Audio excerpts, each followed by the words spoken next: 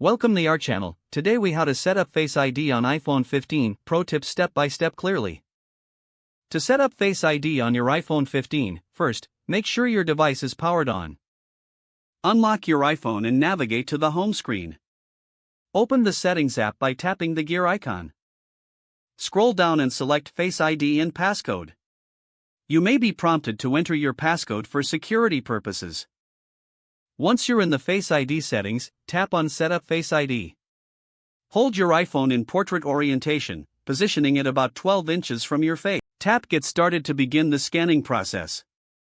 You will see a white frame on your screen indicating where your face should be positioned. Gently move your head in a circle, allowing the iPhone to capture all angles of your face. Complete the first scan by following the on-screen instructions. After the first scan, tap Continue to initiate the second scan. Again, move your head in a circle to create a complete facial profile. Once both scans are complete, tap Done to finish setting up Face ID.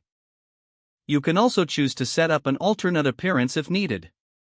Below that, you'll find options to set Face ID for various functions like unlocking your phone, making purchases, or accessing apps.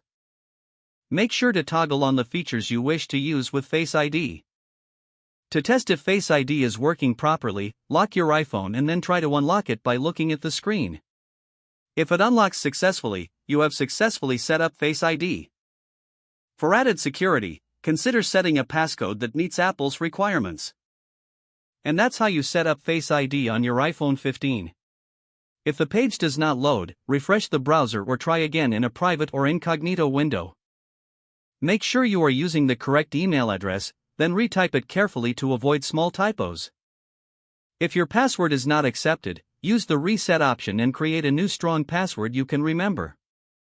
Check your spam folder for verification or security emails, then complete any requested confirmation steps. Enable two-factor authentication if available to improve account security and reduce unauthorized access risk. After signing in, review your profile details so your contact information and settings are accurate and current.